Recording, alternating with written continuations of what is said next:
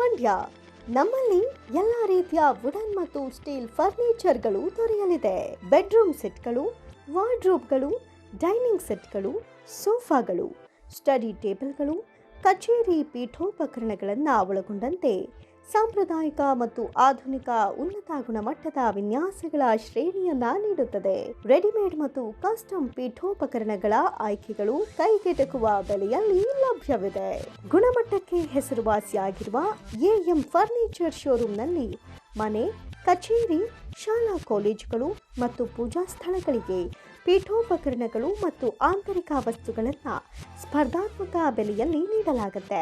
ಗ್ರಾಹಕರ ಅಗತ್ಯವನ್ನ ಪೂರೈಸಲು ಕಸ್ಟಮೈಸ್ ಮಾಡಿದ ಪೀಠೋಪಕರಣಗಳು ಮತ್ತು ಇಎಂಐ ಸೌಲಭ್ಯ ದೊರೆಯಲಿದೆ. ಹೆಚ್ಚಿನ ಮಾಹಿತಿಗಾಗಿ ಭೇಟಿ ನೀಡಿ AM furniture showroom, Holal circle, Nagamangala road, Srinivasa temple road, Mandya. ದೂರವಾಣಿ ಸಂಖ್ಯೆ 9900622012 ಮತ್ತು 7019954294.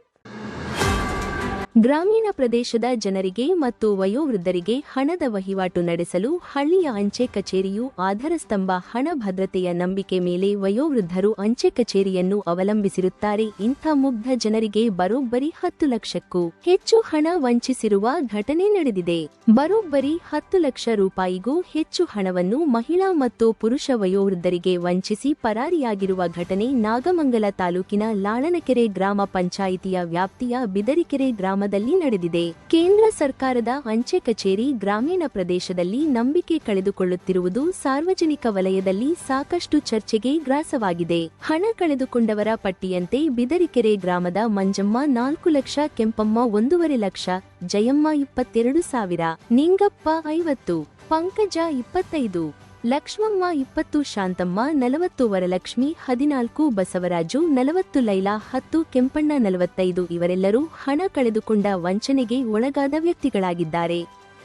ಅವರಿಬ್ಬರದ್ದು ಒಂದು 10,000, ಅವನದು ಒಂದು 15,000, ನಂದು ಒಂದು 10,000 ಫಿಕ್ಸೆಡ್ ಇಟ್ಟಿದ್ದು. ಏನು ನಮಗೆ ಬುಕ್ನೇ ಕೊಟ್ಟಿಲ್ಲ ಸರ್. ಅಲ್ಲೇ 9 ತಿಂಗಳು ನಾನು ದುಡ್ಡು ಕಟ್ಟಿ 9 ತಿಂಗಳಿಂದ ಬುಕ್ಕೇ ಇಲ್ಲ. ನಾ ಹಿಂಗೆ ಕೇಳಕ್ಕೆ ಹೋದಾಗೆಲ್ಲ ಬಂದಾಗ ಕೇಳೋದಕ್ಕೆ ಕೊಡ್ತೀವಿ, ಬುಕ್ ಬಂದಿಲ್ಲ ಇದು ಇಂಟ್ರ್ ಮಾಡ್ಕೊಂಡಿದ್ದೀವಿ, ಅದು ಯಾವುದೋ ಬುಕ್ಕಿಗೆ ನೀವು ಎದುರ್ಕೋಬೇಡಿ ಅಂತ ಹೇಳಿದ್ರು. ಏನೇನೂರ ನಮ್ಮಮ್ಮ ಬಗೆದಿದೆ ಆಲ್ರೆಡಿ 25 ವರ್ಷ ಕಟ್ತಾಯಿದ್ದೆ. 30,000 ರೂಪಾಯಿ ಬಂದಿತ್ತು. ಇನ್ನೊಂದು 2 ವರ್ಷ ಮಗುವೆ ಇತ್ತು ನಮ್ಮಮ್ಮದ್ದು.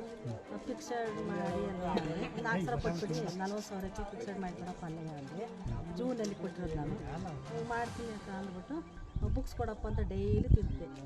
ಬುಕ್ಸ್ ಕೊಡಪ್ಪ ಅಂದರೆ ನಾಳೆ ಬರ್ತಾರೆ, ಚೆಕಿಂಗ್ ಬರ್ತಾರೆ, ನಾಳೆ ಬರ್ತಾರೆ, ಕೊಡ್ತೀನಿ ಕಂಡೇ ಬಂದ. ನಾವು ಒಂದೂರು ಮನುಷ್ಯನ ನಮ್ಗೆ ಯಾವತ್ತೂ ಥರ ಮೋಸ ಮಾಡ್ತಿಲ್ಲ. ಅದಕ್ಕೋಸ್ಕರ ನಾವು ಸುಮ್ಮನಿತ್ತು. ಮೇಡಮ್ಮವ್ರು ಇಬ್ಬರು ಬರಬೇಕಾದ್ರೆ ಫಿಕ್ಸ್ ಹೇಳೋಕ್ಕೆ ಅವ್ರೇನು ಮಾತಾಡಿಲ್ಲ. ಅವ್ರ ಮುಂದೆ ನಾವೇ ಕೊಟ್ಟಿಲ್ಲ. ಒಬ್ಬನೇ ಇತ್ತು ಕೊಡಬೇಕಾದ್ರೆ 2 ವರ್ಷ ಫಿಕ್ಸ್ ಮಾಡಿದ್ರೆ ಕೊಟ್ಟು ದುಡ್ಡು ಕೊಡಲ್ಲ. ಫಿಕ್ಸ್ನೇ ಕೊಟ್ಟಿಲ್ಲ ನಮಗೆ, ಏನು ಕೊಟ್ಟಿಲ್ಲ. ಎಷ್ಟಾಯ್ತು? ಎಷ್ಟು ನಿಮ್ಮದು? 40,000. ಈಗ ಏನು ಹೇಳ್ತಾನೆ? ಇಲ್ಲವಲ್ಲ ಇವಾಗ ಊರ್ಬಿಟ್ಟು ಗೊತ್ತಿಲ್ಲ ನಮಗೆ. ಅವ್ರ ಮನೇಲಿ ಕೇಳಿದ್ರೆ ನಮಗೆ ಗೊತ್ತಿಲ್ಲ, ಏನು ಮಾಡೋಣ ನಾವಿರಲಿಲ್ಲ. ಹೆಬ್ಬೆಟ್ಟು ಒತ್ತೋದು ಹಿಂಗೆ ಹೆಬ್ಬೆಟ್ಟು ಒತ್ತಿ ಅವನೇ ಎತ್ಕೊಂಬಿಟ್ಟವನ. ನಾನು ಹೊಸೋದು ಇದು ಚೆಕಿಂಗ್ ಕಳಿಸ್ತೀನಿ ಅಂತ. ಆಮೇಲೆ ಅದ್ರ ಮಧ್ಯದಲ್ಲಿ ನಾನು ರುದ್ರಾಪಿದ ಬೇರೆ 1,000 ತಗೋತಿದ್ದೆ. ಅದೇ ತೆಗಿ ಇದನ್ನೂ ತಗೊಂಬಿಡೋದು ಇವನು. ಹಿಂಗೆ ಮಾಡಿ ನಾನು ತಗೊಂಬಿಟ್ಟವನು. ಬೇರೆ ಯಾವ ದುಡ್ಡು ಇಟ್ಟಿದ್ರಿ? ಬೇರೆ ಯಾವ್ಯಾವ್ದು ದನ ಕರ ಮಾರಿದ್ದ ತಂದು ಇಟ್ಟಿದ್ದೆ, ಅದು ಹೊಂಟಾಗಿದೆ. ಎಷ್ಟಿತ್ತು? ಒಟ್ಟು 40,000. 40,000 ಇತ್ತು ನಿಮ್ಮದು? ಇಲ್ಲ ಅದು ವೃದ್ಧಾಪ್ಯ ವೇತನ ತಗೋತಿದ್ರ? ತಗೋತಿದ್ದ. ಆ ಹೆಬ್ಬೆಟ್ಟು ಕೊಡಿವನಲ್ಲ ಆಗಿದ್ನು ಇಂಟ್ರ್ ಮಾಡ್ಕೊಂಡು ತಗೊಂಬಿಟ್ಟವನು. ನೀವು ನೋಡ್ತಿರ್ಲಿಲ್ವ ಅದ? ನಮ್ಗೆ ಗೊತ್ತಾಗೋದಿಲ್ವಲ್ಲ, ಹೆಬ್ಬೆಟ್ಟು ಒತ್ತು ಅಂದ್ರೆ ಒತ್ತು ಬಿಡೋದು. ಗೊತ್ತಾಗಲ್ಲ ಸರ್. ಇದು ಹಿಂಗಾಗೋಯ್ತು ಕತೆ. ಏನು ಮಾಡೋಕ್ಕಾಯ್ತ? ಈಗ ಎಷ್ಟು ಜನದ್ದು ಆಗೈತಿ? ಹಿಂಗೆ ಭಾರಿ ಜನದ ಆಗಿದೆ. ಅದೇ ಹಿಂಗೆ ಯಾವ ಬಂದು ಹೇಳ್ತಾ ಇಲ್ವಲ್ಲ. ನಾನೆಂತ ಬುಕ್ನು ಕೊಡಲಿಲ್ಲ, ನಮ್ಮ ದುಡ್ಡ ಕಟ್ಟಿರೋದು ಇಷ್ಟ ಅದೇ ಅಂತಲೂ ಹೇಳಲಿಲ್ಲ. ನಾವು ಕಟ್ಟಿದ್ದು 50,000 ದುಡ್ಡು ಸರ್. ಅದು ಅನ್ಯಾಯ ಆಗೋದು ನಮ್ಮದು. ಇವತ್ತು ಕೊಡ್ತೀವಿ ನಾಳೆ ಕೊಡ್ತೀವಿ, ನಮಗೆ ದುಡ್ಡು ಆಗಬೇಕು ಅಂತ ಬಂದಾಗ ಇವತ್ತು ಕೊಡ್ತೀವಿ ನಾಳೆ ಕೊಡ್ತೀವಿ ಅಂದಾಗ ನಮಗೆ. ನಾನು ಬಿದ್ರಿಕೆರೆ ಮಗಳು. ಇಲ್ಲಿ ಬಂದು FD ಮಾಡೋಕ್ಕೆ ಅಂತಂದ್ಬಿಟ್ಟು ಪೋಸ್ಟ್ ಆಫೀಸ್ಗೆ 4 ಲಕ್ಷ ರೂಪಾಯಿ ದುಡ್ಡು ಕೊಟ್ಟಿರ್ತೀವಿ. 31ನೇ ತಾರೀಕು 9:30 ಟೈಮಲ್ಲಿ ಕೊಟ್ಟಿದ್ದು. FD ಮಾಡೋಕ್ಕೆ ಅಂತ ಕೊಟ್ಟಿದ್ದು. ಅವರು ಯಾವ ಥರ ಯೂಸ್ ಮಾಡ್ಕೊಂಡ್ರು ಅನ್ನೋದು ಗೊತ್ತಿಲ್ಲ. ಅವತ್ತು ಮಾರನೇ ದಿನಕ್ಕೆ ನಾವು ಬುಕ್ಸ್ ಬರುತ್ತೆ ಅಂತೇಳಿ ಯಾವುದೇ ಬುಕ್ಸು ಕೊಟ್ಟಿಲ್ಲ ಅವ್ರು ನಮಗೆ. ಅವತ್ತಿನ ಬೆಳಗ್ಗೆ ಬಂದು ಕೇಳ್ತಾ ಇದ್ರೆ ಇವು ನಾಳೆ ಅಂತ ಹೇಳ್ಕೊಂಡು ಹಿಂಗೆ ಟೈಮ್ ಮುಂದೂಡಿದ್ರು. ಒಂದು ವಾರ ಆದಮೇಲೆ ನಾವು ಬಂದು ಕೇಳೋ ಹೊತ್ತಿಗೆ ಅವ್ರು ಏನಂತಂತಂದರು, ಮತ್ತೆ ನಿಮ್ಮ ತಾಯಿದು ಮತ್ತೆ ಸೈನ್ ಬೇಕು ಅಂದರು. ನಮ್ಮ ಅಮ್ಮಂಗೆ ಹುಷಾರಿಲ್ಲದ ಕಾರಣ ನಾವು ನಮ್ಮ ಅಮ್ಮನ ಹಾಸನಲ್ಲಿ ಕರ್ಕೊಂಡೋಗಿದ್ವಿ. ಆವಾಗ ಅವ್ರು ಬಂದ್ಬಿಟ್ಟು ಅಮ್ಮನಿಗೆ ಸೈನ್ ಆಗಬೇಕು ಅನ್ನೋದಕ್ಕೆ ಮತ್ತೆ ನಮ್ಮ ತಾಯಿನಲ್ಲಿ ಕಳಿಸ್ಕೊಟ್ಟ ಮೇಲೆ ಇವರು ಅವ್ರದ್ದೇ ಫೋನ್ ನಂಬರ್ ಅವ್ರ ಫೋನ್ ನಂಬರ್ ಕೊಡೋದು, ಮೇಲಧಿಕಾರಿದ್ದು ಅವ್ರ ಜೊತೆ ಮಾತಾಡಿ ಅನ್ನೋದು ಹಿಂಗೆ ಮಾಡ್ಕೊಂಬಂದು ನಮ್ಮ ದುಡ್ಡನ್ನ ಮಿಸ್ಯೂಸ್ ಮಾಡ್ಕೊಂಡಿದ್ದಾರೆ. ಹಂಗಾಗಿ ನಾವು ಅವತ್ತು ಶುಕ್ರವಾರ ದಿನ ಮೇಲಧಿಕಾರಿ ಬಂದಿದ್ದರು ನಾಗಮಂಗಲದಿಂದ. ಅವ್ರಿಗೆ ಅರ್ಜಿನೂ ಕೊಟ್ವಿ, ಹಿಂಗಾಗೈತೆ ಅಂತ ಕಂಪ್ಲೇಂಟ್ ಬರೆದು ಕೊಟ್ಟಾಗ ನೋಡ್ತೀವಿ ಅಂತ ಹೇಳಿ ಅವ್ರು ಇದುವರೆಗೂ ಯಾವುದೇ ಆ್ಯಕ್ಷನ್ ತಗೊಂಡಿಲ್ಲ. ನಮಗೆ ಹಿಂಗೆ ತುಂಬ ಅನ್ಯಾಯ ಇಲ್ಲಿ ತುಂಬ ಒಂದು ನಮಗೆ ಈಗ ಸದ್ಯಕ್ಕೆ ಇಲ್ಲಿ ಬಂದಿರೋ ಪ್ರಕಾರ ಒಂದು 20 ಜನದ ಮೇಲೆ ಆಗವ್ರೆ. ಇನ್ನೂ ಎಷ್ಟು ಜನ ಇದ್ದಾರೆ ಅನ್ನೋದು ನಮಗಷ್ಟು ಗೊತ್ತಿಲ್ಲ. ಒಟ್ಟು ಈಗಿರೋರ್ಗೆ ಎಲ್ಲರಿಗೂ ಮೋಸ ಆಗಿರೋದ್ರಿಂದ ನಮ್ಮ 4 ಲಕ್ಷ, ಇನ್ನೊಬ್ರದ್ದು 1.5 ಲಕ್ಷ, ಕೆಲವ್ರದ್ದು 50,000 40,000 ಹಿಂಗೆ ತುಂಬ ಆಗಿರೋದ್ರಿಂದ ಎಲ್ಲರಿಗೂ ಇದನ್ನು ಮೇಲಧಿಕಾರಿಗಳಿಗೆ ಆದಷ್ಟು ಬೇಗ ಹೇಳ್ಬಿಟ್ಟು ನಮ್ಗೆ ನ್ಯಾಯ ಒದಗಿಸ್ಕೊಡ್ಬೇಕು ಅಂತ ಕೇಳ್ಕೊತೀವಿ.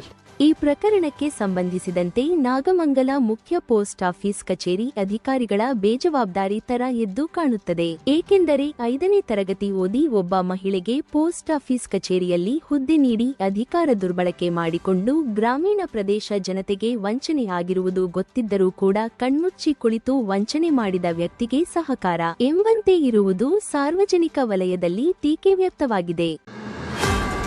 ಮದ್ದೂರು ಪಟ್ಟಣದ ಪೂರ್ಣ ಪ್ರಜ್ಞಾ ಪ್ರೌಢಶಾಲೆಯಲ್ಲಿ ಚುಂಚ ಶ್ರೀ ಗೆಳೆಯರ ಬಳಗ ಹಾಗೂ ನಾಡಪ್ರಭು ಕೆಂಪೇಗೌಡ ಒಕ್ಕಲಿಗರ ಸಂಘದ ಸಹಯೋಗದಲ್ಲಿ ನಡೆದ ಪರಮಪೂಜ್ಯ ಶ್ರೀ ಬಾಲಗಂಗಾಧರನಾಥ ಸ್ವಾಮಿಯವರ ಹೆಸರಿನಲ್ಲಿ ಕೂಡ ಮಾಡುವ ಬಿಜಿಎಸ್ ಸೇವಾ ರತ್ನ ಪ್ರಶಸ್ತಿಯನ್ನು ಮಂಡ್ಯ ಜಿಲ್ಲಾಧಿಕಾರಿಗಳಾದ ಡಾ ಕುಮಾರ್ ಅವರಿಗೆ ಭಾರತೀಯ ಕದಲೂರು ಉದಯ್ ವಿತರಿಸಿದರು. ಕಾರ್ಯಕ್ರಮದ ದಿವ್ಯ ಸಾನ್ನಿಧ್ಯವನ್ನು ವಿಶ್ವ ಒಕ್ಕಲಿಗರ ಮಹಾಸಂಸ್ಥಾನ ಮಠದ ನಿಶ್ಚಲಾನಂದನಾಥ ಸ್ವಾಮಿಗಳು ಭಾಗವಹಿಸಿ ಆಶೀರ್ವಚನ ನೀಡಿದರು. ಪ್ರಶಸ್ತಿಯನ್ನು ವಿತರಿಸಿ ಮಾತನಾಡಿದ ಶಾಸಕ ಕದಲೂರು ಉದಯ್, ಉತ್ತಮ ಆಡಳಿತ ವ್ಯಕ್ತಿಗೆ ಇಂದು ಪ್ರಶಸ್ತಿಯನ್ನು ನೀಡಲಾಗುತ್ತಿದೆ.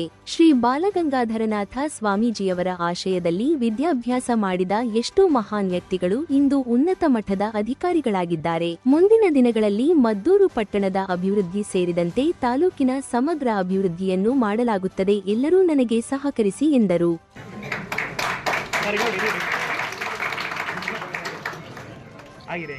ಅಕ್ಷರ ದಾಸೋಹವನ್ನು ಇವತ್ತು ಮಾಡಿದ್ದು ಇಡೀ ವಿಶ್ವದಲ್ಲೇ ಇದು ಪ್ರಖ್ಯಾತಿಯಾಗಿದೆ.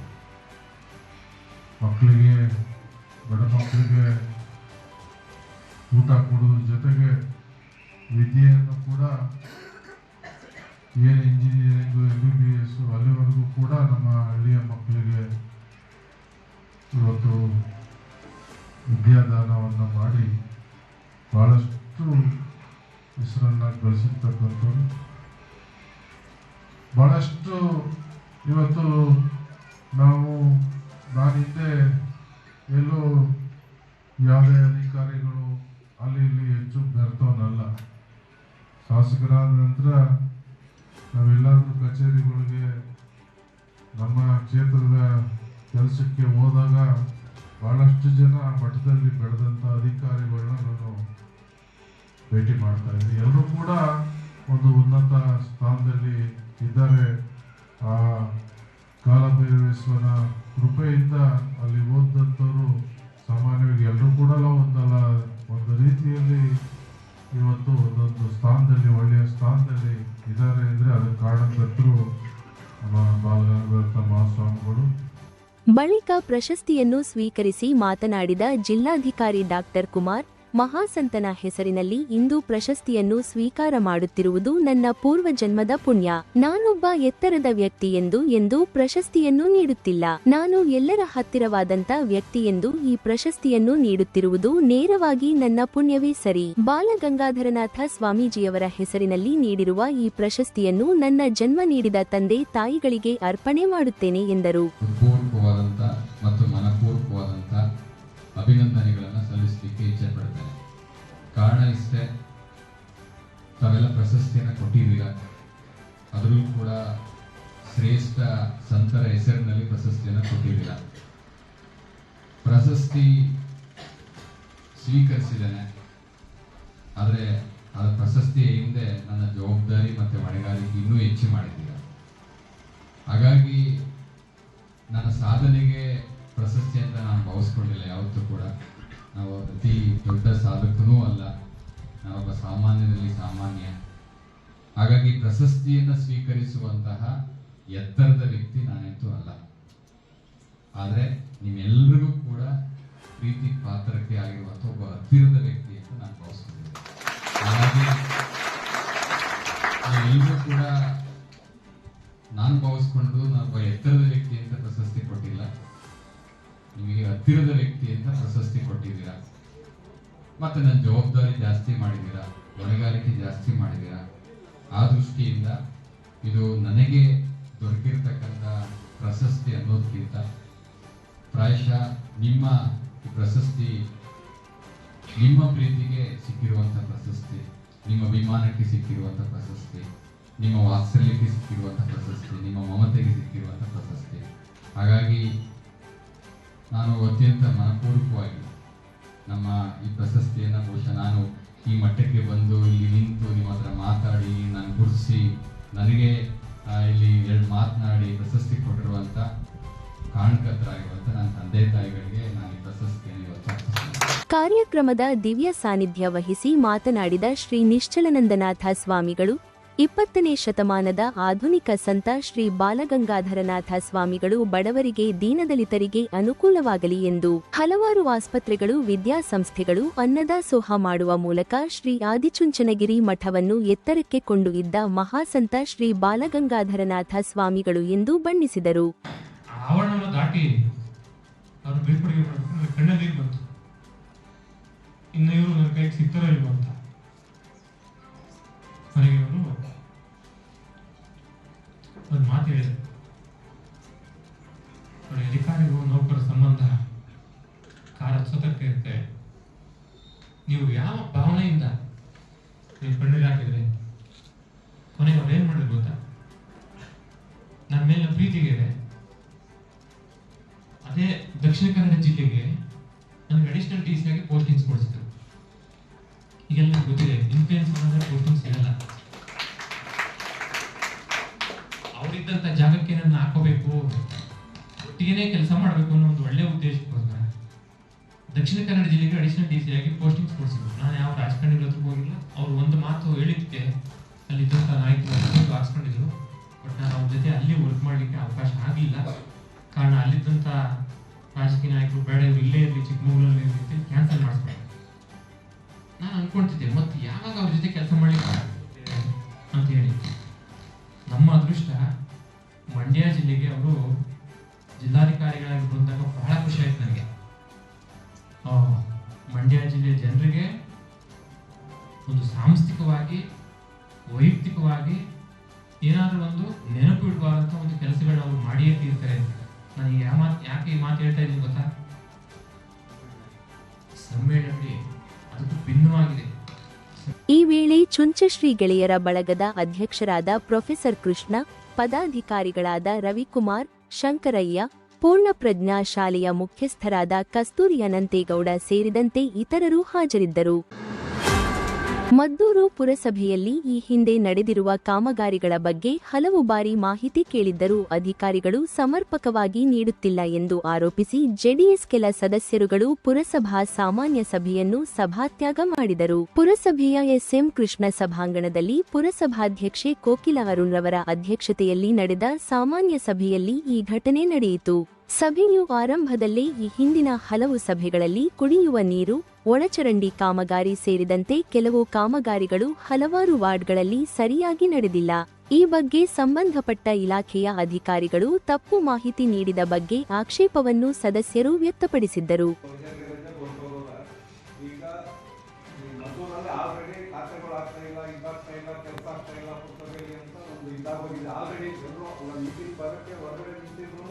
ಜನ ಹೇಳ್ತಿದ್ರು, ಅದರಿಂದ ತುರ್ತಾಗಿ ನಾವು ಗಮನ ಹರಿಸಿ ಏನಾದ್ರು ಮಾಡಿದ್ರೆ ಎಲ್ರಿಗೂ ಅದನ್ನ ಎಷ್ಟಾಗಿದೆ ಬಾಡಿ ಫಾರ್ಮೇಶನ್ ಆಗೋವರೆಗೂ ಪೆಂಡಿಂಗ್ ಇಟ್ಟು ಬಾಡಿ ಅಪ್ರೂವಲ್ ತಗೊಂಡು ಮಾಡ್ಬೇಕು. ಅದನ್ನ ಹೆಂಗ್ ಅವ್ರು ಏಕಾಏಕಿ ಅವ್ರು ಕಾಪಿ ಕೊಡಕ್ಕೆ ಏನಂತ ಅವ್ರಿಗೆ ಸರ್ ಇಲ್ಲ ಅದು ಮಾಹಿತಿ ಚಾರ್ಜ್ ಕುಮಾರ್ ತಗೊಂಡಿದ್ದಾರೆ ಸರ್, ಅದೊಂದು ಆಗ್ಬೇಕು. ಮತ್ತೆ ಗೀತನ್ನು ರಿಲೀವ್ ಆದ್ರು ಸರ್, ಹಂಗಾಗಿ ಖಾತೆ ಸ್ವಲ್ಪ ಪೆಂಡಿಂಗ್ ಇದೆ. ಎಷ್ಟು ದಿನ ಮೇಡಮ್ ಹೇಳಿ, ಅದನ್ನ ಎಷ್ಟು ದಿನ ತಗೋತೀರಿ ಮಾಡಿ ಮಾಡ್ತಾರೆ. ಕರೆಕ್ಟಾಗಿಲ್ಲ ಅಂದ್ರೆ ಡ್ಯಾಡಿ ಇವಾಗ ನೋಡಿ ಅವರೇ ಫೋನ್ ಮಾಡವ್ರೆ. ಸೊ ಹೋಗ್ಬಿಟ್ಟು ಕುಮಾರ್ ಅವರು ಹೋಗ್ತೀನಿ ಅಂತ ಹೋಗೋರ ಈಗ ಬಂದವ್ರೆ ಮಾಡಲ್ಲಿ ಖಾತೆ ಮಾಡ್ಕೊಟ್ಟಿಲ್ಲ ಅವ್ರಿಗೆ.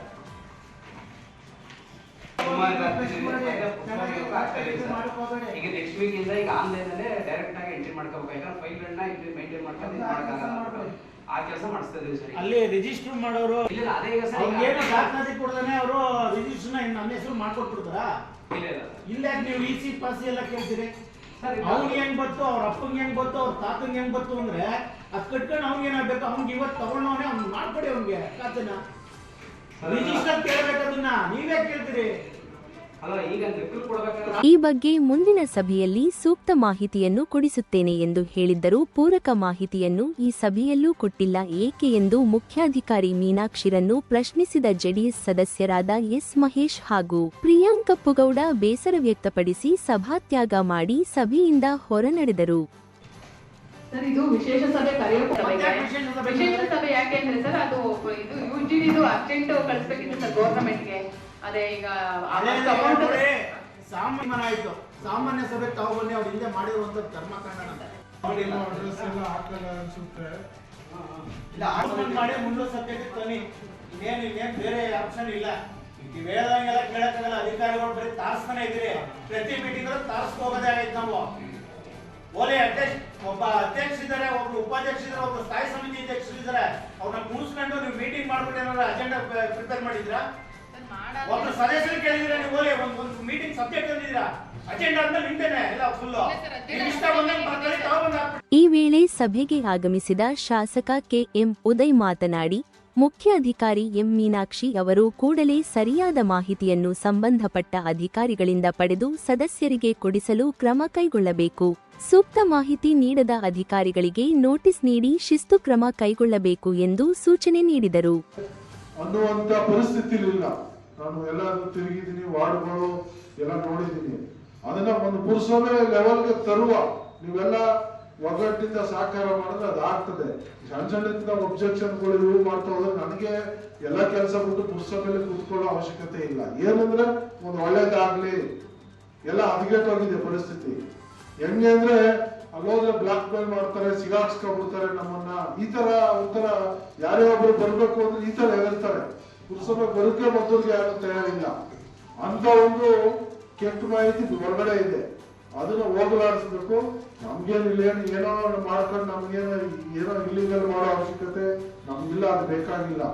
ಒಳ್ಳೇದ್ ಮಾಡ್ಬೇಕು, ಸ್ಟ್ರೀಮ್ ಲೈನ್ ಮಾಡ್ಬೇಕು. ಸ್ವಲ್ಪ ನೀವೆಲ್ಲ ಸಹಕಾರ ಮಾಡಿ ಒಂದ್ 3-4 ತಿಂಗಳಲ್ಲಿ ಎಲ್ಲರೂ ಒಂದ್ ಲೆವೆಲ್ಗೆ ಕರೆಕ್ಟ್ ಮಾಡೋಣ. ಪುರಸಭೆನ ಅಭಿವೃದ್ಧಿನೂ ಜೊತೆಗೆ ಆಗ್ತದೆ. ಅದ್ರ ಜೊತೆಗೆ ಇವೆಲ್ಲವನ್ನು ಬರೀ ಕ್ವಶನ್ ಕೆಲವು ಸದಸ್ಯರಿರ್ತವೆ ಕೇಳಿ ಬರೀ ಲೆಟರ್ ಬರೆದಿದೆ 2 ಗಂಟೆ 3 ಗಂಟೆ ಚೀಫ್ ಆಫೀಸರ್ ಚರ್ಚೆ ಮಾಡ್ತಾ ಕೂತ್ಕೊಂಡ್ರೆ ಚೀಫ್ ಆಫೀಸರ್ಗೆ ಇನ್ನೊಬ್ರು ಬೇರೆ ಕೆಲಸ ಇರೋಲ್ಲ. ಅವರು ಬೇರೆ ಕೆಲಸ ಮಾಡ್ಬೇಕಾಯ್ತದೆ. ಏನೋ ಅವಶ್ಯಕತೆ ಇದೆ, 10 ನಿಮಿಷ ಚರ್ಚೆ ಮಾಡಬೇಕು, ಲೆಟರ್ ಕೊಡಬೇಕು, ಹೋಗ್ಬೇಕು. ಪುರಸಭಾಧ್ಯಕ್ಷೆ ಕೋಕಿಲ ಅರುಣ್, ಉಪಾಧ್ಯಕ್ಷ ಪ್ರಸನ್ನ, ಸ್ಥಾಯಿ ಸಮಿತಿ ಅಧ್ಯಕ್ಷ ಸಿದ್ದರಾಜು, ಮುಖ್ಯಾಧಿಕಾರಿ ಮೀನಾಕ್ಷಿ ಸೇರಿದಂತೆ ಸದಸ್ಯರು ಹಾಗೂ ಅಧಿಕಾರಿಗಳು ಹಾಜರಿದ್ದರು.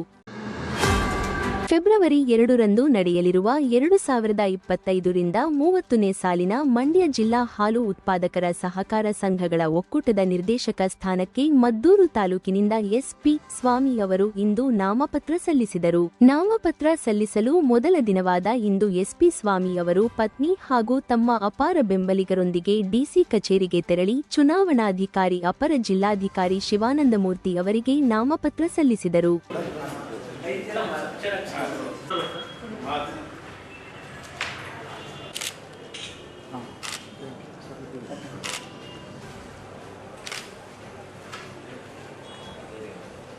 ಬಳಿಕ ಮಾತನಾಡಿದ ಅವರು, ಮಂಡ್ಯ ಹಾಲು ಒಕ್ಕೂಟ ಅತ್ಯುತ್ತಮವಾಗಿ ಕಾರ್ಯನಿರ್ವಹಿಸುತ್ತಿದ್ದು, ಇದರಿಂದಾಗಿ ಹೆಚ್ಚಿನ ಪ್ರಮಾಣದಲ್ಲಿ ಹಾಲಿನ ಸಂಗ್ರಹವಾಗುತ್ತಿದೆ. ಇದನ್ನು ಸಂಸ್ಕರಿಸಿ ಮಾರುಕಟ್ಟೆ ಮಾಡಲು ಸಾಧ್ಯವಾಗುತ್ತಿರಲಿಲ್ಲ. ಇದೀಗ ಕೇಂದ್ರ ಸರ್ಕಾರ ಮತ್ತು ಸಚಿವರು ದೆಹಲಿಯಲ್ಲಿ ಮಾರುಕಟ್ಟೆಯಲ್ಲಿ ಅವಕಾಶ ಮಾಡಿಕೊಟ್ಟಿದ್ದಾರೆ. ಇದು ಒಳ್ಳೆಯ ಬೆಳವಣಿಗೆಯಾಗಿದೆ ಎಂದರು. ಪ್ರತಿನಿತ್ಯ 1 ಲಕ್ಷ ಹಾಲು ಮಾರಾಟದ ಗುರಿ ಇಟ್ಟುಕೊಂಡಿದ್ದೇವೆ. ಆದರೆ ಸಣ್ಣ ಪುಟ್ಟ ಸಮಸ್ಯೆಗಳೂ ಇವೆ. ಅವುಗಳ ಪರಿಹಾರಕ್ಕೆ ನಮ್ಮ ವ್ಯವಸ್ಥಾಪಕ ನಿರ್ದೇಶಕರು, ಅಕಾರಿಗಳು ಕೆಲಸ ಮಾಡುತ್ತಿದ್ದಾರೆ. ಕೇಂದ್ರ ಸರ್ಕಾರ ನಮ್ಮದಾದರೂ ಸ್ಥಳೀಯವಾಗಿ ಆಮ್ ಆದ್ಮಿ ಪಕ್ಷ ಆಡಳಿತ ನಡೆಸುತ್ತಿದೆ. ಅದರಿಂದಾಗಿ ನಮಗೆ ತೊಡಕುಂಟಾಗಿದೆ ಎಂದು ಪ್ರಶ್ನೆಯೊಂದಕ್ಕೆ ಉತ್ತರಿಸಿದರು. ಮಂಡ್ಯ ಜಿಲ್ಲೆಯಲ್ಲಿ ರೈತರು ಹೈನುಗಾರಿಕೆಯನ್ನೇ ಹೆಚ್ಚಾಗಿ ಅವಲಂಬಿಸಿದ್ದಾರೆ. ಇದು ಅವರ ದಿನನಿತ್ಯದ ಸಮಸ್ಯೆಗಳ ಪರಿಹಾರಕ್ಕೆ ಪೂರಕವಾಗಿದೆ. ಇದರಲ್ಲೇ ಅವರ ಬದುಕು ಕಂಡುಕೊಂಡಿದ್ದಾರೆ. ಕಳೆದ 7-8 ತಿಂಗಳುಗಳಿಂದ ಸರ್ಕಾರ ಪ್ರೋತ್ಸಾಹ ಧನ ಬಿಡುಗಡೆ ಮಾಡಿಲ್ಲ. ಈ ಬಗ್ಗೆ ನಾವು ಹೋರಾಟ ಮಾಡುವ ಮೂಲಕ ಪ್ರೋತ್ಸಾಹ ಧನ ಬಿಡುಗಡೆಗೆ ಒತ್ತಾಯಿಸಿದ್ದೇವೆ ಎಂದು ಹೇಳಿದರು. ನಾನು ಸಹ ಈ ಬಾರಿಯೂ ನಿರ್ದೇಶಕ ಸ್ಥಾನಕ್ಕೆ ನಾಮಪತ್ರ ಸಲ್ಲಿಸಿದ್ದು, ಮದ್ದೂರು ತಾಲೂಕಿನ ಹಾಲು ಉತ್ಪಾದಕ ಸಂಘಗಳ ಪ್ರತಿನಿಧಿಗಳು ನನ್ನನ್ನು ಕೈಬಿಡುವುದಿಲ್ಲ ಎಂದು ವಿಶ್ವಾಸ ವ್ಯಕ್ತಪಡಿಸಿದರು. ಫೆಬ್ರವರಿ 2ನೇ ತಾರೀಕು ನಡೆಯುತ್ತಿರುವಂಥ ಮನ್ಮೂಲ್ ಚುನಾವಣೆಯಲ್ಲಿ ನಿರ್ದೇಶಕರ ಚುನಾವಣೆಗೆ ಸ್ಪರ್ಧೆ ಮಾಡಿದ್ದೇನೆ. ಇವತ್ತು ರೈತರು ಯಾವುದೇ ಬೆಳೆ ಬೆಳೆದರೂ ಕೂಡ ಸಂಕಷ್ಟದಲ್ಲಿರುವಂಥ ದಿನ. ಇವತ್ತು ಭತ್ತ ಬೆಳೆದರೂ ಕೂಡ ಭತ್ತಕ್ಕೂ ಒಳ್ಳೆ ರೇಟ್ ಸಿಗ್ತಾ ಇಲ್ಲ. ಕಬ್ಬು ಬೆಳೆದರೂ ಕಬ್ಬಿಗೂ ಕೂಡ ಒಳ್ಳೆ ರೇಟ್ ಸಿಗ್ತಾ ಇಲ್ಲ. ಇವತ್ತು ಏನಾದರೂ ಒಂದು ಬಡ ಕುಟುಂಬ ಜೀವನವನ್ನು ಸಾಗಿಸ್ತಿದೆ ಅಂದರೆ ನಮ್ಮ ಹಾಲು ಉತ್ಪಾದಕರ ಒಕ್ಕೂಟದಿಂದ ಮಾತ್ರ ಸಾಧ್ಯ ಆಗ್ತಿದೆ. ಒಂದು ಸ್ಕೂಲ್ ಮಗುದು ಫೀಸ್ ಕಟ್ಟೋದಿರ್ಬೋದು, ಆ ಮಗುಗೆ ಆಸ್ಪತ್ರೆ ಖರ್ಚಿರ್ಬೋದು, ಪೆನ್ನು ಪೆನ್ಸಿಲ್ಗಾಗುವಂಥ ಸವಲತ್ತುಗಳನ್ನು ಕೂಡ ಇವತ್ತು ಹಾಲು ಉತ್ಪಾದಕರಿಗೆ ಸಹಾಯ ಆಗ್ತಾ ಇರುವಂಥದ್ದು ಒಕ್ಕೂಟದಿಂದ. ಇವತ್ತು ಯಾವುದೇ ಒಂದು ಬೆಲೆ ಸಿಗದೆ ಅನ್ಯಾಯ ಆಯ್ತಾ ಇರಬೇಕಾದ್ರೆ ಇವತ್ತು ರೈತರ ಪರವಾಗಿ ಇರುವಂಥ ಒಂದು ಉತ್ತಮವಾದ ಮಹಾಮಂಡಳಿ ಅಂದರೆ ಹಾಲು ಒಕ್ಕೂಟ. ಇದನ್ನು ಒಂದು ಸುವ್ಯವಸ್ಥೆ ರೀತಿಯಲ್ಲಿ ಬೆಳೆಸಬೇಕು, ಅದನ್ನು ಇನ್ನೂ ಉತ್ತಮವಾದ ರೈತರಿಗೆ ಬೆಲೆಯನ್ನು ಕೊಡಿಸ್ಬೇಕು ಅನ್ನೋ ಒಂದು ನಿರ್ಧಾರವನ್ನು ಮಾಡಿ ಮತ್ತೊಮ್ಮೆ ಈ ಸಾಲಿ ಚುನಾವಣೆಗೆ ಸ್ಪರ್ಧೆ ಮಾಡಿದ್ದೇನೆ. ರೈತರ ಪರವಾಗಿ ರೈತರಿಗೆ ಉಪಯೋಗ ಆಗುವಂಥ, ರೈತರಿಗೆ ಹೆಚ್ಚಿನ ದರವನ್ನು ಕೊಡಿಸುವಂಥ ಕೆಲಸವನ್ನು ಮಾಡಲಿಕ್ಕೆ ಮತ್ತೊಮ್ಮೆ ಸ್ಪರ್ಧೆ ಮಾಡಿದ್ದೇನೆ. ಇವತ್ತು ಮದ್ದೂರು ತಾಲೂಕಲ್ಲಿ 192 ಸಂಘಗಳಿದೆ. ಅದರಲ್ಲಿ 166 ಸಂಘಗಳ ಪ್ರತಿನಿಧಿಗಳು ಮತ ಹಾಕಲಿಕ್ಕೆ ಆಯ್ಕೆಯಾಗಿದ್ದಾರೆ.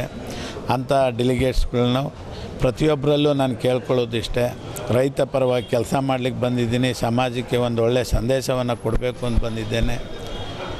ನನಗೆ ಪ್ರತಿಯೊಬ್ಬ ಪ್ರತಿನಿಧಿಯಿಂದ ಕೇಳೋದಿಷ್ಟೇ, ಒಂದು ಅವರ ಅಮೂಲ್ಯವಾದ ಒಂದು ಮತವನ್ನು ಕೊಟ್ಟು ನನ್ನ ಈ ಶಾಲೆ ಜಯಶೀಲನಾಗಿ ಮಾಡಿ ಅವರ ಸೇವೆ, ರೈತರ ಸೇವೆಯನ್ನು ಮಾಡಲಿಕ್ಕೆ ಒಂದು ಅವಕಾಶವನ್ನು ಮಾಡಿಕೊಡ್ಬೇಕು ಅಂತ ಈ ಮೂಲಕ ಮದ್ದೂರು ತಾಲೂಕಿನ ಎಲ್ಲ ಪ್ರತಿನಿಧಿಗಳಿಗೂ ಮತದಾರ ಪ್ರತಿನಿಧಿಗಳಲ್ಲಿ ಬೇಡಿಕೆ ಮಾಡಿ ಕೇಳ್ಕೊಡಿ. ಈಗ 8 ತಿಂಗಳಿಂದ ಕೂಡ ರೈತರಿಗೆ ಅದು 5 ರೂಪಾಯಿ ಸಹಕಾರಿ ಧನ 5 ರೂಪಾಯಿ ಬರಬೇಕಾಗಿರುವಂಥ ಸಹಾಯಧನ ಬರ್ತಾ ಇಲ್ಲ ಸರ್ಕಾರದಿಂದ. ಇವತ್ತು ವಿರೋಧ ಪಕ್ಷದಲ್ಲಿ ಇದ್ಕೊಂಡು ವಿರೋಧ ಪಕ್ಷದ ನಾಯಕರುಗಳು ಕೂಡ ಇವತ್ತು ಭಾಳ ಪ್ರಯತ್ನವನ್ನು, ಹೋರಾಟವನ್ನು ಮಾಡ್ತಿದ್ದಾರೆ. ಎಲ್ಲವೂ ಪುಕ್ಕಟೆ ಭಾಗ್ಯದ ಕಡೆ ಹೋಗ್ತಾ ಇರೋದ್ರಿಂದ ಇವತ್ತು ಭಾಳ ಅನ್ಯಾಯ ಆಗ್ತಿದೆ ರೈತರಿಗೆ. ಇನ್ನು ಮುಂದಿನ ದಿನಗಳಲ್ಲಿ ಇದನ್ನು ಹೋರಾಟವನ್ನು ನಾವು ಕೂಡ ಹಾಲು ಒಕ್ಕೂಟದ ಎಲ್ಲ ಸದಸ್ಯರುಗಳು ಸೇರಿಕೊಂಡು ಅದನ್ನು ಹೋರಾಟವನ್ನು ಕೊಡಿಸಿ ಜಯಿಸಿ ಅದಕ್ಕೆ ಒಂದು ನ್ಯಾಯವನ್ನು ಒದಗಿಸಿ ಆ 5 ರೂಪಾಯಿ ಸಹಾಯಧನ ಕೊಡಿಸೋ ಕಾರ್ಯಕ್ರಮವನ್ನು ಮಾಡಬೇಕಾಗಿದೆ. ಈಗ ಏನಾಗಿದೆ, ಡೆಲ್ಲಿ ಮಾರ್ಕೆಟನ್ನು ಹೊಸದಾಗಿ ಒಂದು ನಮ್ಮ ಗೆದ್ಲಿಗೆರೆ ಸಂಘಕ್ಕೆ ಮಹಾಮಂಡಳಿಗೆ ಸಿಕ್ಕಿದೆ. ಒಕ್ಕೂಟ ಬೆಂಗಳೂರಿಂದ KMFಯಿಂದ ಈ ಸಾಲಿ ಬೆಂಗಳೂರಿನ ಡೆಲ್ಲಿನಲ್ಲಿ ಒಂದು 13,000 14,000 ಹಾಲನ್ನ ಇವತ್ತು ಮಾರುಕಟ್ಟೆಗೆ ಬಿಟ್ಟಿದ್ದೇವೆ ಡೆಲ್ಲಿಗೆ. ಅದು ಮುಂದಿನ ದಿನಗಳಲ್ಲಿ 1 ಲಕ್ಷದವರೆಗೂ ಆ ಹಾಲು ಸೇಲ್ ಆಗ್ಬೋದು. ಹಾಲು ಸೇಲ್ ಆಗೋದ್ರಿಂದ ಇಲ್ಲಿ ಪೌಡ್ರು ಮಾಡೋ ಖರ್ಚು ವೆಚ್ಚ ಎಲ್ಲ ಉಳಿಯುತ್ತೆ. ಆಗ ರೈತರಿಗೆ ಹೆಚ್ಚಿನ ಸವಲತ್ತನ್ನು ಕೊಡ್ಬೋದು, ಹೆಚ್ಚಿನ ಉಪಯೋಗವನ್ನು ಕೂಡ ಮಾಡಿಕೊಡ್ಬೋದು. ಇದು ಆರೋಪಗಳು ಕೇಳಿ ಬಂದಿದೆ, ಇನ್ನೂ ಅದು ಇಲ್ಲಿವರೆಗೂ ಸತ್ಯತೆಗಳು ಗೊತ್ತಾಗಿಲ್ಲ. ಇವತ್ತು ಡೆಲ್ಲಿನಲ್ಲಿ ಬೇರೆ ಸರ್ಕಾರ, ಆಪ್ ಸರ್ಕಾರ ಇರೋದರಿಂದ ಕೇಂದ್ರ ಸರ್ಕಾರ ಡೆಲ್ಲಿನಲ್ಲಿ ಇರ್ಬೋದು, ಅಲ್ಲಿ ಆಡಳಿತ ರಾಜ್ಯ ಸರ್ಕಾರ ಆಡಳಿತ ಮಾಡ್ತಾ ಇರೋದು ಆಪ್ ಇರೋದ್ರಿಂದ ಇವತ್ತು ಅಲ್ಲಿ ಅನಾನುಕೂಲ ಆಗ್ತಾ ಇದೆ. ಪ್ರೋತ್ಸಾಹ ನಂದಿನಿ ಹಾಲನ್ನ ಜನ ರೈತರು ಅಲ್ಲಿ ಏನು ಗ್ರಾಹಕರಿದ್ದಾರೋ ಭಾಳ ಇಷ್ಟಪಟ್ಟು ತಗೋತಿದ್ದಾರೆ. ಈಗ ಏಕದಮ್ ಒಂದೇ ಸಾಲ ನಾವು ಹೋದ ಒಂದನೇ ತಿಂಗಳಲ್ಲೇ 13,000 14,000 ಲೀಟ್ರನ್ನ ಸೇಲ್ ಆಗ್ತಿದೆ, ವ್ಯಾಪಾರ ಆಗ್ತಿದೆ ಅಂದರೆ ಅದು ಬೇಡಿಕೆ ಇದೆ ಅಂತ. ಇನ್ನು ಮುಂದಿನ ದಿನಗಳಲ್ಲಿ ಮಾರುಕಟ್ಟೆ ವ್ಯವಸ್ಥೆಯನ್ನು ಸರಿಪಡಿಸಲಿಕ್ಕೆ ನಮ್ಮ MD ಅವರು ಮತ್ತು ಅಲ್ಲಿನ ಸಂಸ್ಥೆಯಲ್ಲಿರುವ ಏನು ಕೆಲಸ ಮಾಡ್ತಾಯಿದ್ದಾರೋ ಎಲ್ಲ ಇವರು ಕೂಡ ಒಗ್ಗಟ್ಟಲ್ಲಿ ಹೋರಾಟ ಮಾಡ್ತಿದ್ದಾರೆ. ನಮ್ಮ ರೈತರ ಪರ ಎಲ್ಲರೂ ಕೂಡ ಸೇವೆ ಸಲ್ಲಿಸ್ತಾರೆ. ಫೆಬ್ರವರಿ 2ರಂದು ನಡೆಯಲಿರುವ 2025ರಿಂದ 30ನೇ ಸಾಲಿನ ಮಂಡ್ಯ ಜಿಲ್ಲಾ ಹಾಲು ಉತ್ಪಾದಕರ ಸಹಕಾರ ಸಂಘಗಳ ಒಕ್ಕೂಟದ ನಿರ್ದೇಶಕ ಸ್ಥಾನಕ್ಕೆ UC ಶಿವಕುಮಾರ್ ಶಿವಪ್ಪ ಅವರು ಇಂದು ನಾಮಪತ್ರ ಸಲ್ಲಿಸಿದರು. ನಾಮಪತ್ರ ಸಲ್ಲಿಸಲು ಮೊದಲ ದಿನವಾದ ಇಂದು UC ಶಿವಕುಮಾರ್ ಶಿವಪ್ಪ ತಮ್ಮ ಅಪಾರ ಬೆಂಬಲಿಗರೊಂದಿಗೆ DC ಕಚೇರಿಗೆ ತೆರಳಿ ಚುನಾವಣಾಧಿಕಾರಿ ಅಪರ ಜಿಲ್ಲಾಧಿಕಾರಿ ಶಿವಾನಂದಮೂರ್ತಿ ಅವರಿಗೆ ನಾಮಪತ್ರ ಸಲ್ಲಿಸಿದರು.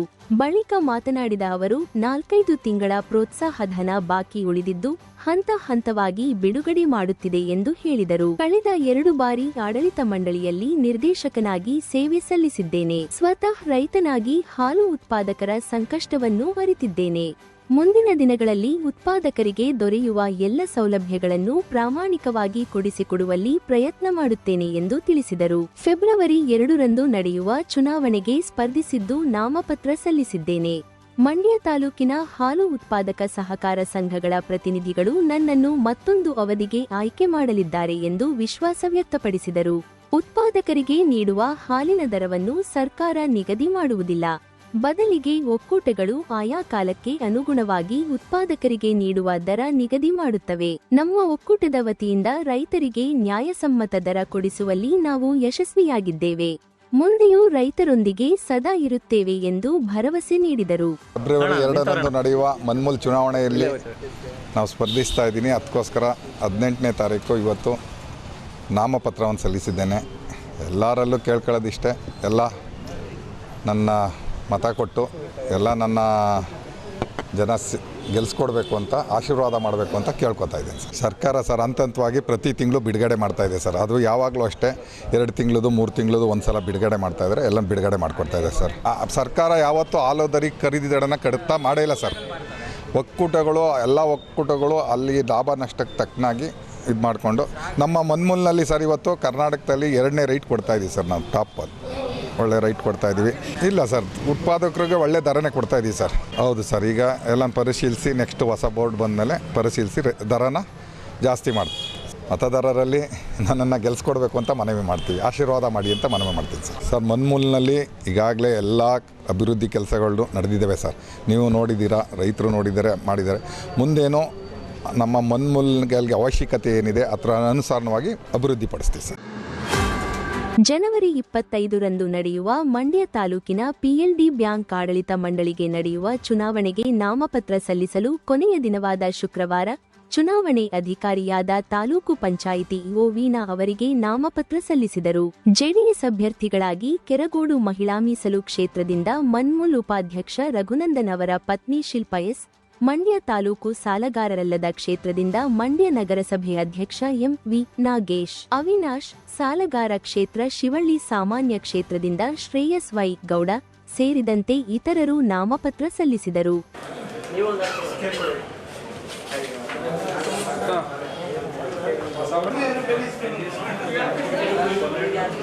ಮನ್ಮೂಲ್ ಮಾಜಿ ಅಧ್ಯಕ್ಷ ಹಾಗೂ ಜೆಡಿಎಸ್ ಮುಖಂಡ BR ರಾಮಚಂದ್ರ ಮಾತನಾಡಿ, ಸಾಲಗಾರರಲ್ಲದ ಕ್ಷೇತ್ರದಿಂದ ನಮ್ಮ ಜೆಡಿಎಸ್ ಅಭ್ಯರ್ಥಿಗಳು ನಾಮಪತ್ರ ಸಲ್ಲಿಸಿದ್ದೇವೆ. ನಮ್ಮ ಜೆಡಿಎಸ್ ಕಾರ್ಯಕರ್ತರು ಹಾಗೂ ಮುಖಂಡರುಗಳು ಒಗ್ಗಟ್ಟಾಗಿ ಚುನಾವಣೆ ನಡೆಸಿ ಅಭ್ಯರ್ಥಿಗಳ ಗೆಲುವಿಗೆ ಶ್ರಮಿಸುತ್ತೇವೆ ಎಂದರು. ಇವತ್ತೆಲ್ಲ ನಮ್ಮ ಪಕ್ಷದ ತಾಲೂಕು ಅಧ್ಯಕ್ಷರು ಹಾಗೂ ಸಿಟಿ ಅಧ್ಯಕ್ಷರು ಹಾಗೂ ನಮ್ಮ ಒಕ್ಕೂಟದ ಉಪಾಧ್ಯಕ್ಷರು, ನಮ್ಮ ಹಿರಿಯರಾದಂಥ ಪ್ರಧಾನರವರು ಮತ್ತು ಎಲ್ಲ ಮುಖಂಡರು ಸೇರಿ ಇವತ್ತು ನಮ್ಮ JDS ಪಕ್ಷದಿಂದ ಅಭ್ಯರ್ಥಿಗಳನ್ನು ಎಲ್ಲ ಒಂದು ಏನು ಸಾಲಗಾರರ ವತಿಯಿಂದ ಸಾಲಗಾರರಲ್ಲದ ವತಿಯಿಂದ ಸುಧಾ ಇವತ್ತು ಸ್ಪರ್ಧೆ ಮಾಡಿದ್ದಾರೆ. ನಾಳೆ ಒಂದು ಸ್ಕೂಟ್ನಿ ಇದೆ ನಾಮಪತ್ರ, ಅದಾದ ತಕ್ಷಣ ನಾವು ಕರೆದು ಅಧಿಕೃತವಾಗಿ ಈಗ ಒಂದೊಂದು ಕಡೆ 2 ಕ್ಯಾಂಡಿಡೇಟ್ ಆಗಿದ್ದಾರೆ, ನಮ್ಮ JDSನವ್ರು ಹಾಕ್ಸಿದ್ದೀವಿ. ಈಗ ಅವರೆಲ್ಲ ಕರೆದು ಒಂದು ಸಂಧಾನ ಮಾಡಿ ಒಬ್ಬೊಬ್ಬರು ಅಭ್ಯರ್ಥಿನ ಹೆಸರನ್ನ ಘೋಷಣೆ ಮಾಡ್ತೀವಿ. ನಮ್ಮ ಎಲ್ಲ ಪಕ್ಷದ ಕಾರ್ಯಕರ್ತರ ಮುಖಂಡರು ನಾವು ಒಗ್ಗಟ್ಟಾಗಿ ಈ ಚುನಾವಣೆಯನ್ನು ಮಾಡ್ತೀವಿ. ಎಲ್ಲರ ಸಹಕಾರದಿಂದ ನಾವು ಈ ಚುನಾವಣೆಯನ್ನು ಎದುರಿಸ್ತೀವಿ. ಎಲ್ಲ ನಮ್ಮ ಪಕ್ಷದ ಅಭ್ಯರ್ಥಿಗಳನ್ನ ಗೆಲ್ಸ್ಕೊಬರುವಂಥ ಪ್ರಯತ್ನ ನಾವೆಲ್ಲ ಮುಖಂಡರು ನಮ್ಮ ಅಧ್ಯಕ್ಷರಾಗ್ಬೋದು, ಎಲ್ಲ ನಮ್ಮ ಉಪಾಧ್ಯಕ್ಷರು ಎಲ್ಲ ಸೇರಿ ಜೊತೆಗೂಡಿ ನಾವು ಗೆಲ್ಸ್ಕೊಬರ್ತೀವಿ ಅಂತೇಳಿ. ಮನ್ಮೂಲ್ ಉಪಾಧ್ಯಕ್ಷ ರಘುನಂದನ್ ಮಾತನಾಡಿ, ಪಿಎಲ್ಡಿ ಬ್ಯಾಂಕ್ನ 14 ಕ್ಷೇತ್ರದಿಂದ ನಮ್ಮ ಜೆಡಿಎಸ್ ಅಭ್ಯರ್ಥಿಗಳು ಇಂದು ನಾಮಪತ್ರ ಸಲ್ಲಿಸಿದ್ದೇವೆ. ಪಿಎಲ್ಡಿ ಬ್ಯಾಂಕ್ನಲ್ಲಿರುವ ನಮ್ಮ ರೈತ ಬಾಂಧವರು ನಮ್ಮ ಜೆಡಿಎಸ್ ಎನ್ಡಿಎ ಪಕ್ಷದ ಅಭ್ಯರ್ಥಿಗಳನ್ನು ಗೆಲ್ಲಿಸಿಕೊಡಬೇಕು ಎಂದು ಮನವಿ ಮಾಡಿದರು. ನಮ್ಮ ಮಂಡ್ಯ ಪಿಎಲ್ಡಿ ಬ್ಯಾಂಕ್ನ ಚುನಾವಣೆಯಲ್ಲಿ ನಾಮಪತ್ರವನ್ನು ಸಲ್ಲಿಸಲು ಕೊನೆ ದಿನವಾದ ಪ್ರಯುಕ್ತ ಇವತ್ತು ನಮ್ಮ ಎಲ್ಲ ಕ್ಷೇತ್ರದಲ್ಲಿ ಏನಿವತ್ತು ನಮ್ಮ ಪಿಎಲ್ಡಿ ಬ್ಯಾಂಕ್ 14 ಕ್ಷೇತ್ರ ಏನಿದೆ 14 ಕ್ಷೇತ್ರಕ್ಕೂ ಕೂಡ ನಮ್ಮ ಪಕ್ಷದ ಅಭ್ಯರ್ಥಿಗಳನ್ನ ನಾವು ನಾಮಿನೇಷನ್ ಸಬ್ಮಿಟ್ ಮಾಡಿದ್ದೀವಿ. ಇವತ್ತು ನಾಳೆ ಸ್ಕ್ರೂಟಿನಿ ಆದ ನಂತರ ನಮ್ಮ ಪಕ್ಷದ ಉಳಿಕೆ ಯಾರ್ಯಾರು ಉಳ್ಕೊಳ್ತಾರೆ ನಮ್ಮ ಅಭ್ಯರ್ಥಿಗಳನ್ನು ಘೋಷಣೆ ಮಾಡ್ತೀವಿ. ಇವತ್ತು ಎಲ್ಲ ನಮ್ಮ ಇಡೀ ನಮ್ಮ ಮಂಡ್ಯ ಏನು ವಿಧಾನಸಭಾ ಕ್ಷೇತ್ರ ಇರ್ಬೋದು, ಮೇಲ್ಕೋಟೆ ವಿಧಾನಸಭಾ ಕ್ಷೇತ್ರ ಇರ್ಬೋದು, ನಮ್ಮ ಶ್ರೀರಂಗಪಟ್ಟಣ ವಿಧಾನಸಭಾ ಕ್ಷೇತ್ರ ಇರ್ಬೋದು, ಎಲ್ಲ ನಮ್ಮ ಪಿಎಲ್ಡಿ ಬ್ಯಾಂಕ್ನಲ್ಲಿರುವಂಥ ನಮ್ಮೆಲ್ಲ ರೈತ ಬಾಂಧವರು ಕೇಳ್ಕೊಳ್ತೀನಿ, ಎಲ್ಲ ನಮ್ಮ JDS ಅಭ್ಯರ್ಥಿಗಳನ್ನ ಗೆಲ್ಸ್ಕೊಡ್ಬೇಕು. NDA JDS ಅಭ್ಯರ್ಥಿಗಳು ನಮ್ಮ BJP ಅಭ್ಯರ್ಥಿಗಳು ಕೂಡ ಹಾಕಿದ್ದಾರೆ, ನಮ್ಮ JDSನವರು ಕೂಡ ಹಾಕಿದ್ದಾರೆ. ನಾವು ಒಟ್ಟಾಗಿ ಮಾಡ್ತೀವಿ, ನಮ್ಮೆಲ್ಲ ಅಭ್ಯರ್ಥಿಗಳನ್ನ ಗೆಲ್ಸ್ಕೊಡ್ಬೇಕು ಅಂತ ಹೇಳ್ತಾ ನಮ್ಮ ಎಲ್ಲ ಮತದಾರರ ಹತ್ರ ನಾನು ಕೇಳ್ಕೊಳ್ತೀನಿ. ನಗರಸಭೆ ಅಧ್ಯಕ್ಷ MV ನಾಗೇಶ್ ಮಾತನಾಡಿ, ವರಿಷ್ಠರ ತೀರ್ಮಾನದಂತೆ ತಾಲೂಕು ಸಾಲಗಾರರಲ್ಲದ ಕ್ಷೇತ್ರದಿಂದ ನಾನು ಸ್ಪರ್ಧೆ ಮಾಡಿದ್ದೇನೆ. ಮತದಾರರು ಮತ ನೀಡಿ ಅಭೂತಪೂರ್ವ ಗೆಲುವಿಗೆ ಕಾರಣರಾಗಬೇಕು ಎಂದು ಮನವಿ ಮಾಡಿದರು. PLD ಬ್ಯಾಂಕಿನ ಚುನಾವಣೆಯ ಕೊನೆಯ ದಿನ ಆದ್ದರಿಂದ ವರಿಷ್ಠರ ತೀರ್ಮಾನದಂತೆ ನಾನು ಸಾಲಗಾರರಲ್ಲದ ಕ್ಷೇತ್ರಕ್ಕೆ ನಾಮಿನೇಷನ್ನ ಇವತ್ತು ಚುನಾವಣೆಗೆ ನಿಂತುಕೊಳ್ಳೋಕ್ಕೆ ಸಲ್ಲಿಸಿದ್ದೀನಿ. ಆದ್ದರಿಂದ ನನ್ನ ವರಿಷ್ಠರ ತೀರ್ಮಾನವೇ ಅಂತಿಮ ತೀರ್ಮಾನ ಅಂತ ಹೇಳ್ತಾ, ನಾನು ಈ ಕ್ಷೇತ್ರದಲ್ಲಿ ಮೊದಲನೇದಾಗಿ ನನಗೆ ವಿಚಾರವಾಗಿ ಎಲ್ಲರೂ ಮತದಾರರು ನನಗೆ ಮತ ಕೊಡಬೇಕಂತ ಕೇಳ್ಕೊತೀನಿ ಇವಾಗಲೇ. ಯಾಕೆ ಅಂತ ಹೇಳಿದ್ರೆ ನಮ್ಮ ವರಿಷ್ಠರು ಇವಾಗ ನನಗೆ ಒತ್ತಾಯ ಮಾಡಿ ನಿಲ್ಲಿಸಿದ್ದಾರೆ. ಅದು ತಗೊಳ್ಳೋದು ಬಿಡೋದು ನೆಕ್ಸ್ಟ್ ಅದು ಇರ್ತದೆ. ಈ 19ನೇ ಸ್ಕ್ರೂಟಿನಿ ಆದಮೇಲೆ ಕುಂತ್ಕೊಂಡು ಮಾತಾಡಿ ನಾನು ನಮ್ಮ ಅಭಿವೃದ್ಧಿ ನಮ್ಮ ಪಕ್ಷದ ವತಿಯಿಂದ ಅದು ಮಾತಾಡಿ ಒಮ್ಮತವಾಗಿ ಅಭ್ಯರ್ಥಿ ನಮ್ಮ ಪಾರ್ಟಿಯ NDA ಅಭ್ಯರ್ಥಿಗಳಾದ ನಾವು ಇಬ್ಬರಿದ್ದೀವಿ. ಅದಕ್ಕೆ ಯಾರಾಗಲಿ ಕೊಡೋಕ್ಕೆ ನೀವು ಮತ ಕೊಡಬೇಕಂತ ಕೇಳ್ಕೊತಾ. ಜನವರಿ 25ರಂದು ನಡೆಯುವ ಮಂಡ್ಯ ತಾಲೂಕಿನ PLD ಬ್ಯಾಂಕ್ ಆಡಳಿತ ಮಂಡಳಿಗೆ ನಡೆಯುವ ಚುನಾವಣೆಗೆ ನಾಮಪತ್ರ ಸಲ್ಲಿಸಲು ಕೊನೆಯ ದಿನವಾದ ಶುಕ್ರವಾರ ಚುನಾವಣೆ ಅಧಿಕಾರಿಯಾದ ತಾಲೂಕು ಪಂಚಾಯಿತಿ ಯು ವೀಣಾ ಅವರಿಗೆ ನಾಮಪತ್ರ ಸಲ್ಲಿಸಿದರು. ಮೊದಲನೇ ಕ್ಷೇತ್ರ ಮಂಡ್ಯ ಸಿಟಿ ವ್ಯಾಪ್ತಿ ಸಾಲಗಾರರ ಸಾಮಾನ್ಯ ಕ್ಷೇತ್ರದಿಂದ ನಿರ್ದೇಶಕ ಸ್ಥಾನಕ್ಕೆ ಸ್ಪರ್ಧೆ ಬಯಸಿ PLD ಬ್ಯಾಂಕ್ ಅಧ್ಯಕ್ಷ HC ಶಿವಲಿಂಗೇಗೌಡ ನಾಮಪತ್ರ ಸಲ್ಲಿಸಿದರು. ಮಂಡ್ಯ ತಾಲೂಕಿನಾದ್ಯಂತ ಸಾಲಗಾರರಲ್ಲದ ಕ್ಷೇತ್ರದಿಂದ PLD ಬ್ಯಾಂಕ್ ಮಾಜಿ ಅಧ್ಯಕ್ಷ ಬೇಲೂರು ಸೋಮಶೇಖರ್ ನಾಮಪತ್ರ ಸಲ್ಲಿಸಿದರು.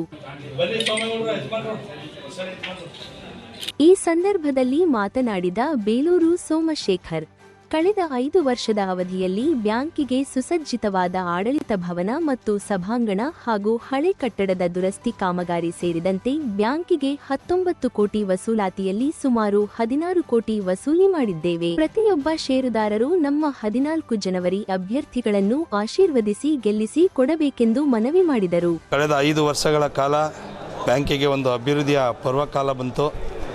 ಕಳೆದ 5 ವರ್ಷಗಳ ಅವಧಿಯಲ್ಲಿ ಬ್ಯಾಂಕಿಗೆ ಒಂದು ಸುಸಜ್ಜಿತವಾದಂಥ ಆಡಳಿತ ಭವನ ಮತ್ತು ಒಂದು ಸಭಾಂಗಣ, ಅದಕ್ಕಿಂತ ಮುಖ್ಯವಾಗಿ ಬ್ಯಾಂಕಿನ ಹಳೆಯ ಕಟ್ಟಡವನ್ನು ಒಂದು ದುರಸ್ತಿ ಕಾಮಗಾರಿ ಮತ್ತು ಎಲ್ಲ ಫುಟ್ಪಾತ್ ಆಗ್ಬೋದು ಮತ್ತು ಈಗಾಗಲೇ ಹಲವಾರು ರೀತಿಯ ಅಭಿವೃದ್ಧಿ ಕಾಮಗಾರಿಗಳ ಜೊತೆಗೆ ಬ್ಯಾಂಕಿನ 19 ಕೋಟಿ ವಸೂಲಾತಿ ಬಾಕಿ ಇತ್ತು. ಅದರಲ್ಲಿ ಸುಮಾರು 16 ಕೋಟಿ ವಸೂಲಾತಿ. ಇವೆಲ್ಲವೂ ಕೂಡ ನಮ್ಮ ಕಳೆದ 5 ವರ್ಷ ಅವಧಿಯಲ್ಲಿ ನಾವು ನಮ್ಮ ಎಲ್ಲ ಶಿವಣ್ಣ ಆಗ್ಬೋದು, ಎಲ್ಲ ನಮ್ಮ ಆಡಳಿತ ಮಂಡಳಿ ಎಲ್ಲ ಅಧ್ಯಕ್ಷರು ಡೈರೆಕ್ಟ್ರುಗಳೆಲ್ಲ ಸೇರಿ ಭಾಳಷ್ಟು ಚೆನ್ನಾಗಿ ಇವತ್ತು ಬ್ಯಾಂಕಿನ ಒಂದು ಅಭಿವೃದ್ಧಿಗೆ ತಂದು ನಿಲ್ಲಿಸಿದ್ದೀವಿ. ಇವತ್ತು ಇಷ್ಟೊಂದು ಸಂಖ್ಯೆಯಲ್ಲಿ ಹೆಚ್ಚಿನ ಸಂಖ್ಯೆಯಲ್ಲಿ ಅಭ್ಯರ್ಥಿಗಳು ಬರ್ತಾರೆ ನೋಡಿದ್ರೆ ಬ್ಯಾಂಕ್ ಅಭಿವೃದ್ಧಿ ಹತ್ರ ಹೋಗಿರೋದಕ್ಕೆ ಒಂದು ಸಾಕ್ಷಿ. ಆದರೂ ಕೂಡ ಮತದಾರರಿಗೆ ನಾನು ಪ್ರಾರ್ಥನೆ ಮಾಡೋದಿಷ್ಟೇ, ಇನ್ನೂ ಸಾಕಷ್ಟು ಅಭಿವೃದ್ಧಿ ಕಾರ್ಯಕ್ರಮಗಳು ಇಲ್ಲಿ ಆಗಬೇಕಾಗಿದೆ. ಇದನ್ನು ನಾವು 5 ವರ್ಷಗಳಿಂದ ನಮ್ಮ ಮನೆ ಥರ ನೋಡ್ಕೊಂಡಿದ್ದೀವಿ. ಭಾಳಷ್ಟು ಚಾಚು ತಪ್ಪದೆ ಬೆಳಿಗ್ಗೆ ನಾವು ತಿಂದಿದ್ವೋ ಊಟ ಮಾಡಿದ್ವೋ ಗೊತ್ತಿಲ್ಲ, ಆದರೆ ಬೆಳಿಗ್ಗೆಯಿಂದ ಸಂಜೆವರೆಗೂ ಇಲ್ಲಿ ಬ್ಯಾಂಕ್ನಲ್ಲಿ ಆಗುವವುಗಳಲ್ಲಿ ಭಾಗಿಯಾಗಿ ಬ್ಯಾಂಕಿನ ಅಭಿವೃದ್ಧಿಗೆ ಒಂದು ಮುನ್ನಡಿಯನ್ನು ಬರೆದಿದ್ವಿ. ಈಗ ಮತ್ತೊಮ್ಮೆ ಸಾಲಗಾರರಲ್ಲದ ಕ್ಷೇತ್ರದಿಂದ ನಾನು ಸ್ಪರ್ಧೆ ಮಾಡ್ತಾಯಿದ್ದೇನೆ. ಸುಮಾರು 2,000 ಮತದಾರರಿದ್ದಾರೆ. ಅವರೆಲ್ಲರ ಆಶೀರ್ವಾದವನ್ನು ಕೋರ್ತಾ ಇದ್ದೇನೆ. ಪ್ರತಿಯೊಬ್ಬ ಮತದಾರರಿಂದ ಹಿಡಿದು ಪ್ರತಿಯೊಬ್ಬ ಷೇರುದಾರರಿಗೂ ಕೂಡ ನಮ್ಮ ನೇರವಾದ ಸ್ಪಂದನೆಯನ್ನು ಮಾಡಿದ್ದೇವೆ. ಅವರಿಗೆ ಮತ್ತೊಮ್ಮೆ ಕೇಳ್ಕೊಳ್ತಾ ಇದ್ದೀವಿ, ನಮ್ಮ ತಂಡವನ್ನು ಮತ್ತೊಮ್ಮೆ ಗೆಲ್ಲಿಸಬೇಕಂತೇಳಿ ಅವರಲ್ಲಿ ಪ್ರಾರ್ಥನೆ. HC ಶಿವಲಿಂಗೇಗೌಡ ಮಾತನಾಡಿ, ನಾನು 3ನೇ ಬಾರಿಗೆ ಸ್ಪರ್ಧಿಸುತ್ತಿದ್ದು ಶಾಸಕ ರವಿಕುಮಾರ್ ಗಣಿಗ ನೇತೃತ್ವದಲ್ಲಿ ಕಾಂಗ್ರೆಸ್ ಪಕ್ಷದಿಂದ 14 ಜನವರಿ ಸ್ಪರ್ಧೆ ಮಾಡುತ್ತಿದ್ದು, ಬ್ಯಾಂಕಿನ ಅಭಿವೃದ್ಧಿಗಾಗಿ ಕಾಂಗ್ರೆಸ್ ಅಭ್ಯರ್ಥಿಗಳನ್ನು ಬೆಂಬಲಿಸಬೇಕೆಂದು ಮನವಿ ಮಾಡಿದರು. PLD ಬ್ಯಾಂಕಿನ 25ರಿಂದ 2025-2030 5 ವರ್ಷದ ಅವಧಿ ಚುನಾವಣೆಗೆ ಇಂದು ನಾಮಪತ್ರ ಕೊನೆಯ ದಿನಾಂಕವಾಗಿ ನಮ್ಮ ಅಭ್ಯರ್ಥಿಗಳು ಕಾಂಗ್ರೆಸ್ ಅಭ್ಯರ್ಥಿಗಳು 14 ಜನ ಅಭ್ಯರ್ಥಿಗಳು ನಾಮಿನೇಷನ್ ಫೈಲ್ ಮಾಡವ್ರೆ. ನಾನು ಮಂಡ್ಯ 1ನೇ ಕ್ಷೇತ್ರದಿಂದ ಸಾಲಗಾರರ ಕ್ಷೇತ್ರದಿಂದ 3ನೇ ಬಾರಿಗೆ ಚುನಾವಣೆಗೆ ಸ್ಪರ್ಧಿಸುತ್ತಿದ್ದೇನೆ. ಹಾಗೂ ಈ ಚುನಾವಣೆಯಲ್ಲಿ ನಮ್ಮ ಶಾಸಕರಾದ MLA ರವಿಕುಮಾರ್ ಅವರ ನೇತೃತ್ವದಲ್ಲಿ ಇಂದು ಚುನಾವಣೆಗೆ 14 ಜನ ನಾಮಿನೇಷನ್ ಫೈಲ್ ಮಾಡಿದ್ದೇವೆ. ಮತದಾರ ಬಂಧುಗಳಲ್ಲಿ ಮನವಿ, ಹೆಚ್ಚಿನ ಸಂಖ್ಯೆಯಲ್ಲಿ ಅಭಿವೃದ್ಧಿ ನಮ್ಮ ಬ್ಯಾಂಕಿನ ಅಭಿವೃದ್ಧಿಗೋಸ್ಕರ ನಮ್ಮ ಕಾಂಗ್ರೆಸ್ ಅಭ್ಯರ್ಥಿಯನ್ನು ಗೆಲ್ಲಿಸಬೇಕೆಂದು ತಮ್ಮಲ್ಲಿ ಮನವಿ ಮಾಡಿ ಮತ್ತೊಮ್ಮೆ ನಾನು ನಮ್ಮ ಮತದಾರ ಬಂಧುಗಳಿಗೆ ಧನ್ಯವಾದವನ್ನು ತಿಳಿಸುತ್ತೇನೆ. ನರಸೀಪುರ ತಾಲೂಕಿನ ಮೂಗೂರು ಗ್ರಾಮದಲ್ಲಿರುವ ಸುಪ್ರಸಿದ್ಧ ಶ್ರೀ ತ್ರಿಪುರ ಸುಂದರಿ ಅಮ್ಮನವರ ದೇವಾಲಯಕ್ಕೆ ಮಾಜಿ ಸಚಿವರು ಹಾಗೂ ಲೋಕಸಭಾ ಸಂಸದರಾದ CS ಪುಟ್ಟರಾಜು ಮತ್ತು ಕುಟುಂಬ ವರ್ಗ ಜಾತ್ರಾ ಮಹೋತ್ಸವದ ಅಂಗವಾಗಿ ದೇವಾಲಯದಲ್ಲಿ ಕಳೆದ ರಾತ್ರಿ ನಡೆದ ಪೂರ್ಣಾಭಿಷೇಕ ಪೂಜಾ ಕಾರ್ಯಕ್ರಮದಲ್ಲಿ ಭಾಗಿಯಾದರು.